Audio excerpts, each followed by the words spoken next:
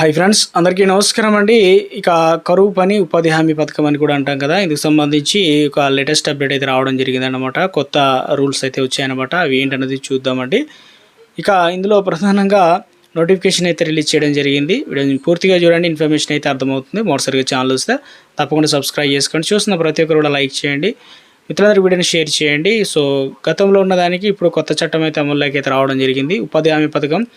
ఇక ఇప్పుడు విబీజీ రామ్ అనేది పేరు మార్చడం జరిగింది. పనుల్లో పారదర్శకత అంటే అత్యంత నాణ్యత, ఖచ్చితత్వం కూడి అక్రమాల్లో అడ్డుకట్ట వేసేందుకు కేంద్ర ప్రభుత్వం ఒక కొత్త టెక్నాలజీ తీసుకురావడం జరిగింది. ఆ టెక్నాలజీ పేరే ఆర్టిఫిషియల్ ఇంటెలిజెన్స్, ఏఐ అనమాట. సో అవన్నీ కూడా ఎప్పటికప్పుడు పర్యవేక్షిస్తుందన్నమాట. సో ఇందులో భాగంగానే దీనివల్ల ఏం చేస్తున్నారంటే, బోగస్ ఎవరైతే హాజరు అటెండెన్స్ చేసుకుంటున్నారో, పని చేయకుండానే బిల్లులు అనేది కొంతమంది నమోదు చేసుకుంటున్నారు. తప్పుడు కొలతల వల్ల కూడా నకిలీ ఫోటోలు, వేతనాలు పొందే అక్రమార్కులను గుర్తించడానికి, అడ్డుకట్ట వేయడానికి ఈ విధానాన్ని అనేది ప్రభుత్వం లక్ష్యంగా చేసుకొని ఏం చేశారంటే, డైరెక్ట్ శాటిలైట్ చిత్రాలతో, అదేవిధంగా డ్రోన్ సర్వేలు, డిజిటల్ కొలతలు, ఏఐ అవన్నిటిని కూడా పరిశీలన చేసి ప్రతి పనిని నిశ్చితంగా పరిశీలిస్తుంది. గతంలో ఏమైనా పని చేశారా, మళ్ళీ అదే పని చేశారా, సో ఎవరెవరు చేస్తున్నారు ఏంటి, అదేవిధంగా పని చేసిన కూలీకి వేతనాలు అందేలా చర్యలు చేపడుతున్నారు. ఉపాధి పనుల్లో కూడా ఇప్పటికే అమల్లో ఉన్నటువంటి ఫేస్ అథెంటికేషన్ విధానాన్ని మరింత కఠినతరం చేస్తున్నారనమాట.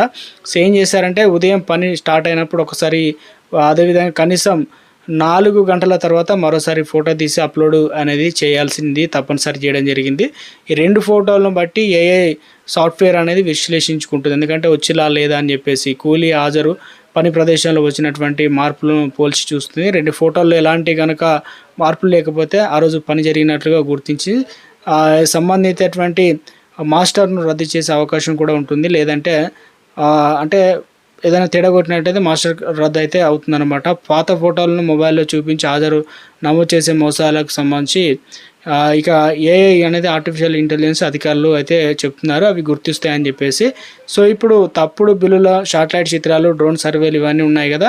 సో దీనివల్ల కొలతలు, అదేవిధంగా ఎంబుక్లో నమోదు చేసిన వివరాలు సరిపోల్చునమాట. సో ఇవన్నీ కూడా వ్యత్యాసాలు గుర్తిస్తే సంబంధిత అధికారులు విచారణ పాటు ఐడీలు నిలిపివేయడం కావచ్చు, నిధుల రికవరీ, అవసరమైతే క్రిమినల్ కేసులు కూడా నమోదు చేసి చర్యలు అయితే తీసుకుంటున్నారు. కాబట్టి కొత్త విధానం అయితే తీసుకొచ్చే ప్రయత్నం అయితే చేయడం జరిగింది. అయితే ఈ ఉపాధి హామీ పనులపైన ఎప్పటికీ నిరంతర నిఘా అయితే ఉంటుందని చెప్తున్నారు. తెలంగాణ ప్రభుత్వంలో దాదాపుగా వచ్చేసి మొత్తం 53 లక్షల మంది ఉపాధి హామీ కార్డులు అయితే ఉన్నాయన్నమాట. వాటిలో 32 లక్షల కార్డులు అనేది యాక్టివ్గా ఉన్నాయి, వారు పనిచేస్తున్నట్లు. నమోదైన కూలీలు దాదాపు 1 కోటి మందికి పైగా ఉన్నారు. ప్రస్తుతం 55,09,000 మందికి యాక్టివ్ కూలీలు ఉపాధి హామీ పనుల్లో అయితే కొనసాగుతున్నారని చెప్తున్నారన్నమాట. సో ఇందులో వచ్చేసి మనకు గుడ్ న్యూస్ చెప్పడం జరిగింది. కొత్తగా ఈ టెక్నాలజీ అయితే ఉందన్నమాట. చాలామందికి బిల్లులు అయితే 10-15 రోజుల తర్వాత అయితే వస్తున్నాయి అనమాట. ఇవన్నీ రూల్స్ అనేది తప్పనిసరి మనం పాటించాల్సి అయితే ఉందన్నమాట.